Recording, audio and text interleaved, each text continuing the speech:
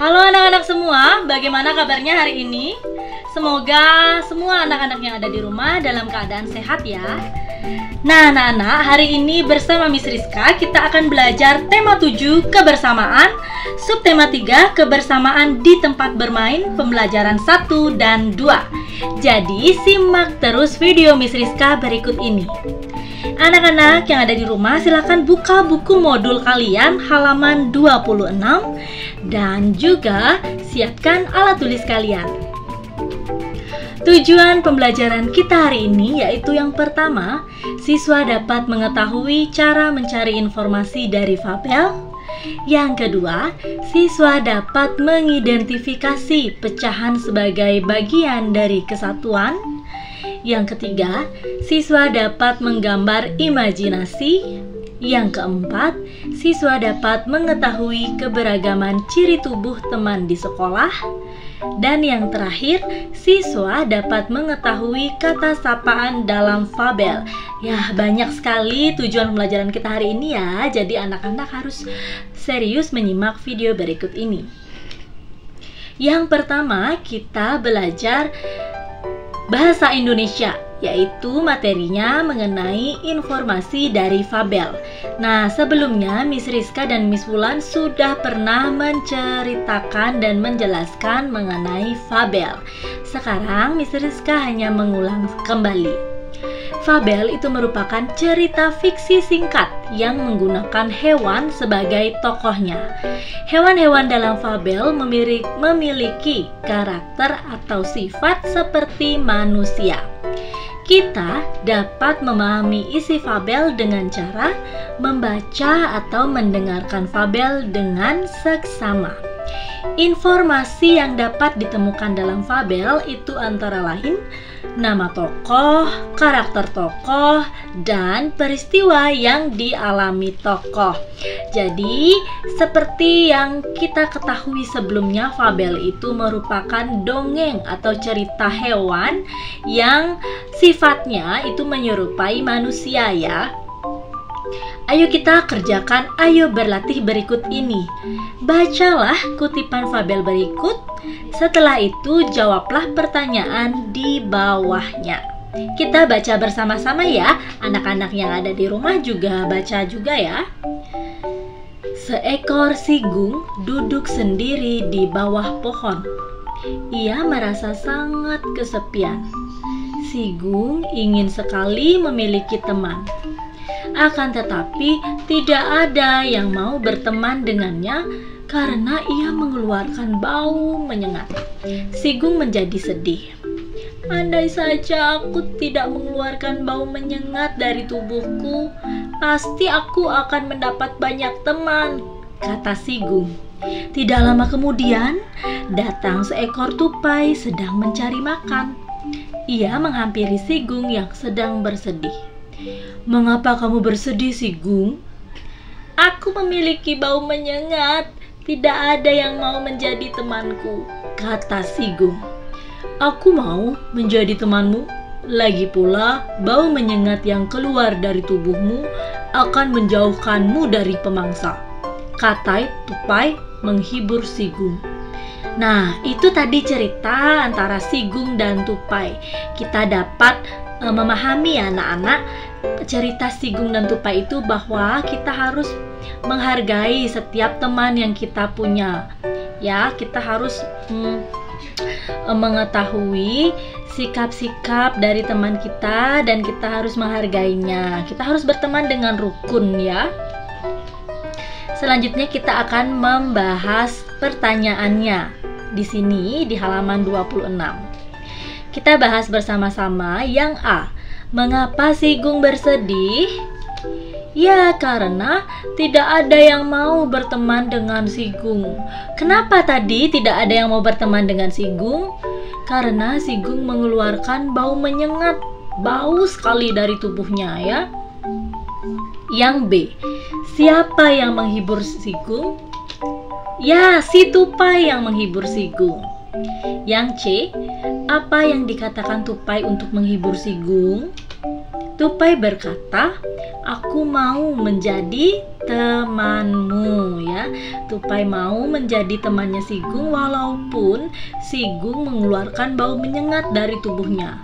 Karena si Gung mengeluarkan bau menyengat dari tubuhnya itu untuk melindungi diri dari pemangsa. Yang terakhir, hal apa yang perlu kita tiru dari dongeng tersebut?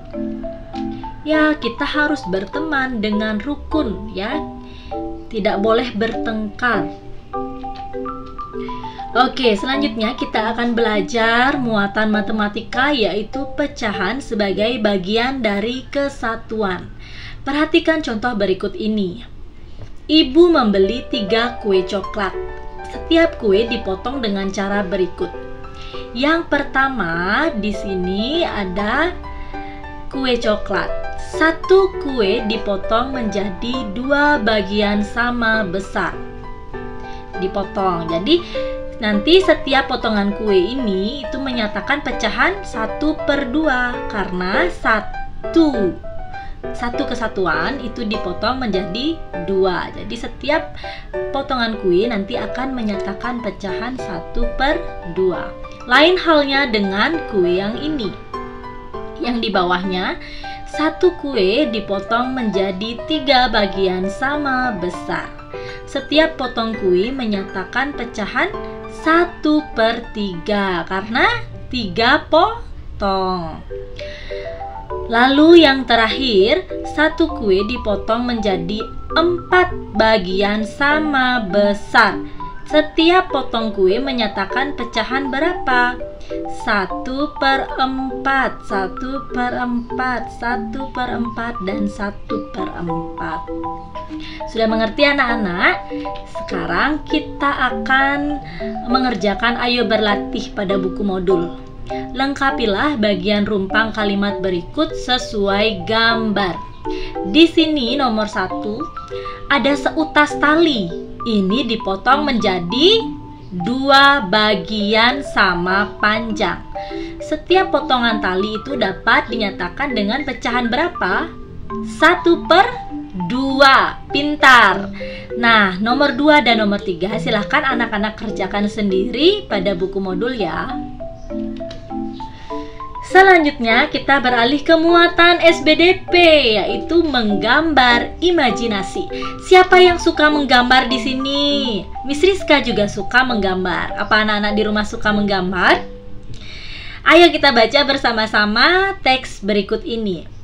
Lani mengamati teman-temannya yang bermain. Sambil mengamati, Lani menggambar. Mula-mula, Lani membuat sketsa gambar. Sketsa adalah gambaran awal yang digunakan untuk mengawali atau sebagai kerangka sebuah gambar utama. Setelah itu, ia mewarnai gambarnya. Jadi, jika anak-anak pertama kali itu membuat gambaran menggunakan pensil, itu namanya anak-anak membuat sketsa ya. Sketsa itu adalah gambaran awal. Setelah sketsa biasanya anak-anak baru mewarnai gambar yang anak-anak buat tadi. Ayo sekarang kita mengerjakan keterampilan kinerja praktik, yaitu Miss Rizka menugaskan anak-anak di rumah menggambar benda di sekitar kalian. Kalian perlu menyiapkan kertas gambar, pensil, penghapus, dan pewarna. Langkah kegiatannya yaitu yang pertama, amatilah benda-benda yang ada di sekelilingmu. Yang kedua, buatlah sketsa gambar yang sesuai. Yang ketiga, warnailah gambarmu agar terlihat indah. Dan yang keempat, kumpulkan tugasmu melalui foto dan kirimkan pada wali kelasmu. Anak-anak buat yang rapi, buat yang menarik, semenarik mungkin, bebas menggambar apa saja. Yang jelas benda di sekitar kalian. Oke? Selamat berkreasi anak-anak. Selanjutnya kita akan belajar muatan PPKN, yaitu keberagaman ciri tubuh teman di sekolah. Nah anak-anak, ciri tubuh itu dapat dibedakan langsung, yaitu dengan mata kalian kita bisa melihat ciri tubuh teman-teman kita. Contoh ciri tubuh itu yaitu jenis rambut, tinggi badan, warna kulit, seperti itu. Ciri tubuh kamu dan temanmu dapat berbeda. Perbedaan ciri tubuh membuatmu menjadi unik dan istimewa. Kita harus bersyukur atas ciri tubuh kita. Perbedaan ciri tubuh dapat dimanfaatkan untuk kebaikan. Contohnya seperti di sini ada Lina dan Made. Lina itu lebih pendek daripada Made. Lina meminta bantuan kepada Made untuk mengambil buku yang ada di rak paling atas. Karena Made lebih tinggi dari Lina, Made pun dengan gampangnya mengambil buku. Nah, kalau anak-anak di rumah, bagaimana ciri-ciri tubuhnya? Apakah anak-anak bisa menjelaskan ciri tubuh kalian? Kalau bisa berarti kalian sudah lulus PPKN pembelajaran 2 ini. Nah, sekarang kita akan mengerjakan soal ayo berlatih, yaitu yang pertama. Lengkapilah kalimat dengan jawaban yang tepat. Ada Made dan Tony berbeda tinggi badan. Tony lebih tinggi dari Made ya. Namun Tony tidak pernah mengejek Made. Tony dan Made saling bebas ya, silahkan dijawab. Mereka bermain dengan rukun. Kerukunan membuat hidup kita menjadi, silahkan dijawab. Nomor 2, berilah tanda centang pada yang lebih tinggi. Oke, anak-anak silahkan memberi tanda centang pada yang lebih tinggi. Silahkan dikerjakan. Nah, pembelajaran terakhir kita hari ini yaitu muatan bahasa Indonesia.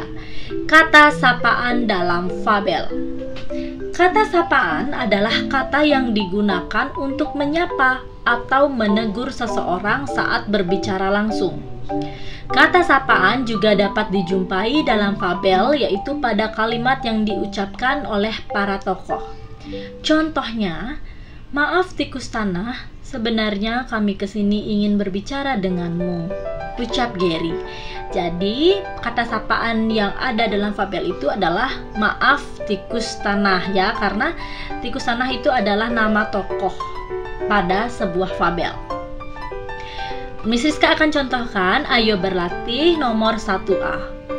Tuliskan kata sapaan yang digunakan pada kutipan cerita berikut. A.